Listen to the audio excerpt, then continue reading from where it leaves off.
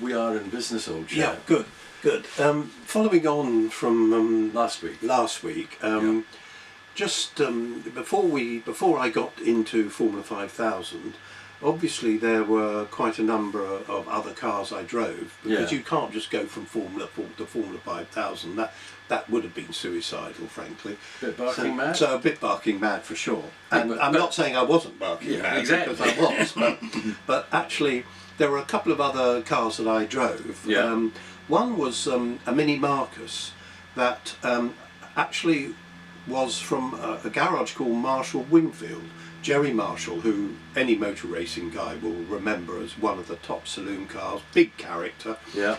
And a chap called John Wingfield, who ended up racing Formula 2. And I actually ended up racing his old Formula 2 car in historic racing many years later. Yeah. Sadly, actually John was killed at Thruxton, but we don't another really, story. Yeah, that's another complete story. Yeah. But this Mini Marcus, I had a reasonable success in it actually, in GT racing. But I do remember at Brams, this guy, one meeting, came up to me and he said, "You driving that car?" And I said, "Yeah." And he had, his arm was in sling and he had a crutch on the other side. And he said, "I was racing one of those last week and look what happened to me." Anyway, you never guess. I'm going along quite happily, come through Paddock Bend, just slightly got on the grass, hit the bank, and the whole thing exploded.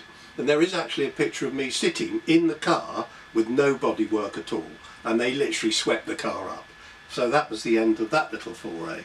But you did come out fairly unscathed? I came out completely unscathed actually. Yeah, I walked away from that, decided that wasn't a very good idea.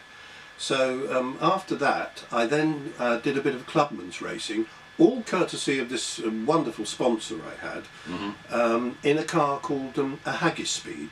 And those real enthusiasts will know what it was. It was designed by a chap called Bob Lasser down in Dorset. Yeah. This Haggis Speed was great for one lap. But after one or two laps, unless it was wet, it literally started shaking apart. And it was actually, well, I don't want to be disparaging of the Haggis Speed, but it really was quite a dangerous clubman's car. So I parted with the company after that. I think the best result I ever got that was 4th place in the soaking wet rain in Silverstone, but it really wasn't much good. So those were another couple of cars. When you left, let's say Formula 4, yes, was this part of the transition? This was all part of the transition, because I was lucky enough to have a reasonable sponsor. Yeah. And you know, we were all trying to gain a bit of experience, basically, and everything. There was no Formula 3 opening, so I had to really go, you know, where I was told, which I thoroughly enjoyed. Yeah. But then eventually I got into it was a Brabham BT21 Formula 3, and then a twin cam Brabham, which I drove in Formula Libera racing. Yeah. And that was great actually. It was quite successful.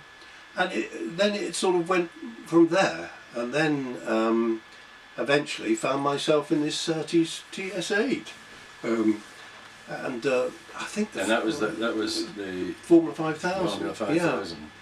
Yeah. I mean, not everybody knows, you know, exactly what they. No, that's true. Of course they don't. No. You know, it's like, you know, you have a go at me about, you know, people talking in acronyms, you know, and you got to be very careful. Yeah, I know. Well, you know, I suppose that's lifelong motor racing. You get blasé about it all. So I do remember the first time I sat in the car, and for the first race, not the first test. And I remember my mechanic, chap who looked after the car, was a lovely guy and very professional, but he said afterwards, he said, you know, when that car started, he said, everyone looked, you know, fine, turned, looked at it. He said, the only bloke who went white was the driver. And I said, what do you mean? He said, you went as white as a sheet when you sat in it first time. It was a Brute, but actually... so that was a Brabham? No, that was the Surtees. That was the first time I actually sat in the Surtees. Did you ever meet Surtees himself? Yes.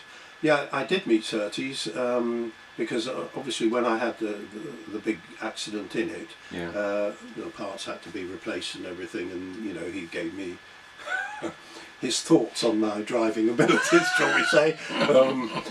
But he actually was extremely helpful, I have to say. But he was not a man that tolerated fools, that's for sure. Yeah. And I'm never quite sure to this day whether he thought I was a fool or quite sensible. But at the end, he was.